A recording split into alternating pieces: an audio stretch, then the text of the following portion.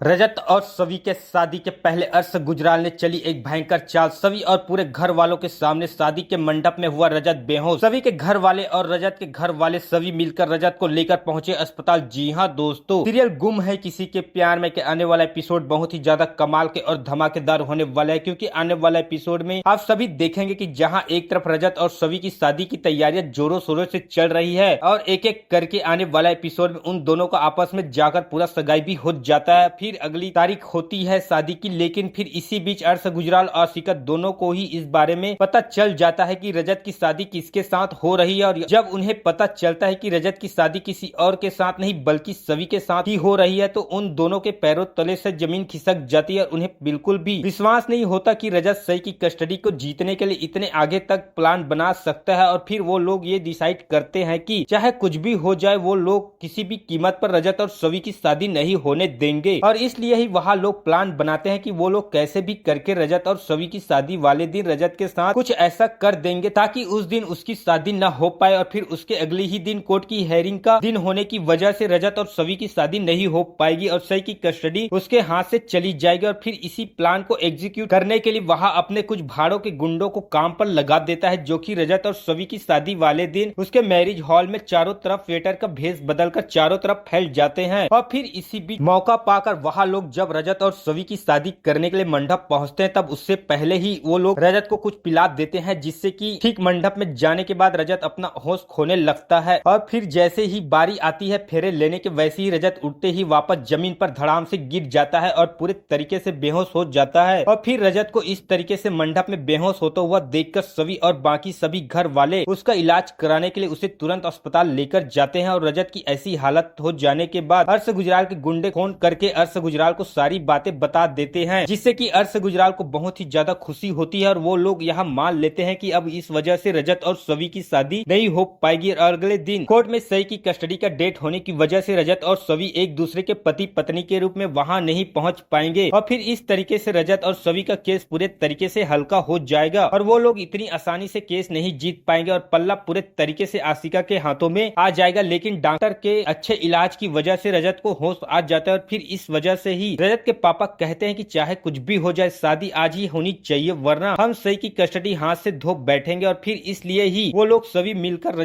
जल्दी जल्दी जाकर अपने अधूरे काम को पूरा करते हैं, यानी कि रजत और सभी दोनों आपस में शादी कर लेते हैं। और दोबारा से उन दोनों की शादी होता हुआ देखकर अर्श गुजराल के गुंडे इस बारे में सीधे फोन करके फिर से अर्श गुजराल को बता देते हैं। और यहाँ सुनने के बाद अर्श गुजराल पूरे तरीके से परेशान हो जाते हैं और उसे बिल्कुल ही विश्वास नहीं होता कि उसके षड्यंत्र रचने के बाद रजत और सभी की शादी हो रही है। और फिर उसे बिल्कुल भी समझ में नहीं आता कि अब वो लोग ऐसा क्या करे जिससे कि वहाँ रजत और सभी की शादी को रोक सके। लेकिन लाख सोचने के बाद भी उन्हें जल्दबाजी में कुछ भी समझ में नहीं आता और फिर इस वजह से पूरे तरीके से वो लोग बौखला जाता है। तो वही दूसरी तरफ रजत और सभी दोनों की शादी फाइनली इतने ड्रामे के बाद पूरी हो जाती है और वो दोनों एक दूसरे के पति पत्नी बन जाते हैं। और इस वजह से रजत और सभी के पूरे परिवार वाले बहुत ही ज्यादा खुश हो जाते हैं। और फिर अगला दिन भी आ जाता है जब सई की कस्टडी के लिए रजत और सभी दोनों को कोर्ट में जाना होता है। लेकिन चलने से पहले रजत की माँ भाग्यश्री रजत और सभी दोनों को बड़े प्यार से आशीर्वाद देती है और कहती है कि जिस वजह से तुम दोनों ने आपस में शादी की है उस काम को जरूर से पूरा करके आना। इस तरीके से फिर रजत और सभी दोनों एक दूसरे के पति पत्नी के रूप में कोर्ट पहुंचते हैं, जहां पर आशिका और अर्श गुजराल दोनों सभी को एक दूसरे के पति पत्नी के रूप में देखकर बहुत ही ज्यादा बौखला जाता है, लेकिन चाहकर भी कुछ नहीं कर पाते। तो आपको क्या लगता है दोस्तों, एक दूसरे के पति पत्नी के रूप में अब सभी और रजत दोनों बड़े आसानी से केस को जीतकर सई की कस्टडी वापस ले लेंगे, या फिर अर्श गुजराल और आशिका ने मिलकर रजत और सभी से सई की कस्टडी को लेने के लिए कोई और नया चाल चलकर रखा होगा? इस पर आप क्या राय है कमेंट में जरूर बताएं। साथ ही साथ वीडियो को लाइक करके चैनल को सब्सक्राइब जरूर कर ले दोस्तों।